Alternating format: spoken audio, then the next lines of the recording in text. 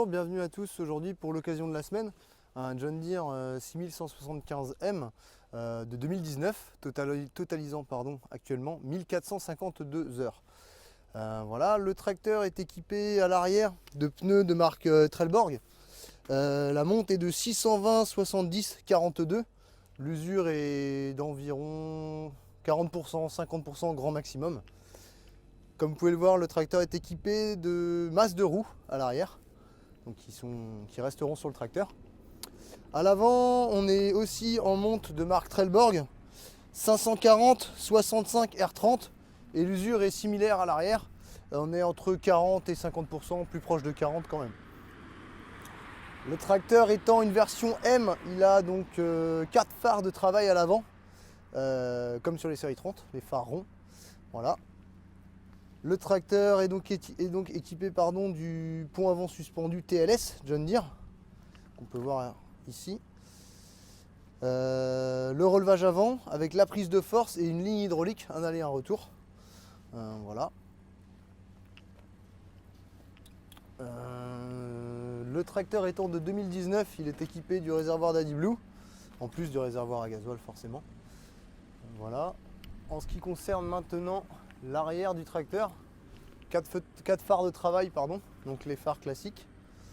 En ce qui concerne les ailes, vous avez la possibilité, avec les boutons sur le côté, de régler le relevage, ainsi que d'actionner la prise de force à l'arrière. Voilà. En ce qui concerne l'attelage, nous avons donc une échelle avec un piton fixe, très pratique pour les bennes. Le tracteur est équipé de 4 distributeurs à l'arrière, comme on peut le voir là. Et sinon, le classique avec les freins hydrauliques et la cabine suspendue mécaniquement, comme on peut le voir juste ici avec les ressorts.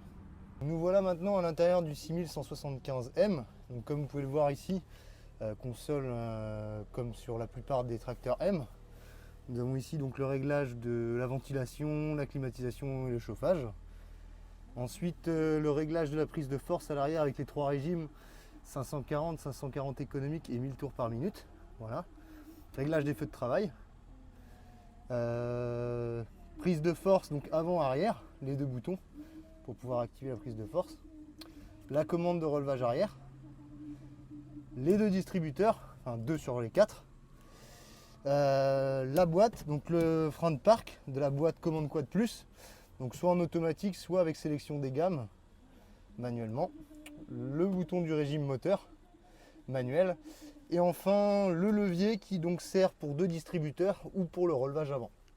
Voilà, sur ce tracteur. Et en ce qui concerne tout ce qui est information digitale, comme sur la plupart des M, on peut l'avoir donc avec l'écran qui est juste ici, au milieu des 2 compteurs. Et les commandes sont donc juste sur la droite.